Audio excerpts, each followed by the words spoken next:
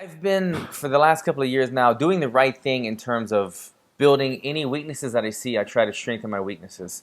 I get this question all the time, hey, how often do you think I should do strength and conditioning? How often should I do this? And it varies for every fighter, where you're at in your career, what your weaknesses are.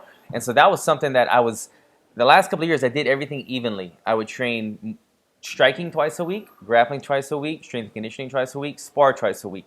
Something around there, a very even platform. So everything was getting better at a very slow level. And then I go in against a fighter, a high-level striker like Albert Tumenov, and my striking wasn't on point. As good as it could have been. It wasn't as polished as I like it. So I took some of the other things away and shifted it around, put more emphasis on my striking, which is what, from the beginning, got me to the UFC. This is how I made my name, from being an exciting fighter, being a guy that finishes fights, has knockouts. So I just adjusted some of the things and put more emphasis onto my strength, which is the striking game. That's funny because I think about that. Like, everybody's trying to be a well-rounded fighter. We're in the UFC. We got to be a well-rounded fighter. But there's some things that some guys are just really damn good at, and you kind of think like, trust what got you to the show, man. Get in that. That's kind of the mentality you're in now. I look at it, and the sport's evolved since the Iceman days. But you look at Chuck Liddell. He wasn't playing quarter guard in jiu-jitsu.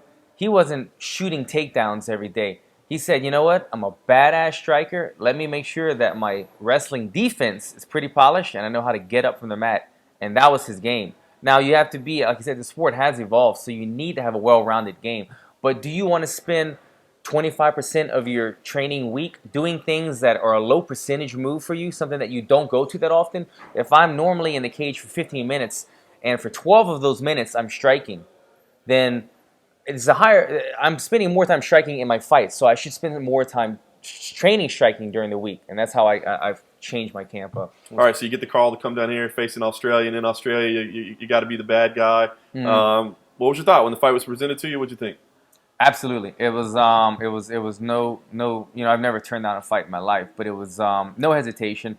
We were trying to get on March 5th, man. We wanted to fight on the big card in Vegas. I knew that March was the timeline I wanted to fight. Joe said that we need another welterweight in Brisbane, and it was March 19th, obviously, and that was just, I didn't want to wait too long.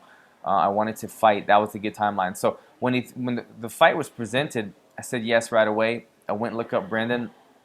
I like the matchup. I see areas in the game that I could exploit him. Look for a finish, and so I was excited, man. I mean, I didn't want to travel, to be honest. I was looking for a local fight, and I ended up in Australia. So that backfired, but I mean, honestly, I could do a Brisbane, Australia tourism commercial right now. I'm in love with this place. We've been here for like 2-3 days and had a blast, man. So I'm enjoying the trip. I'm happy that we're here.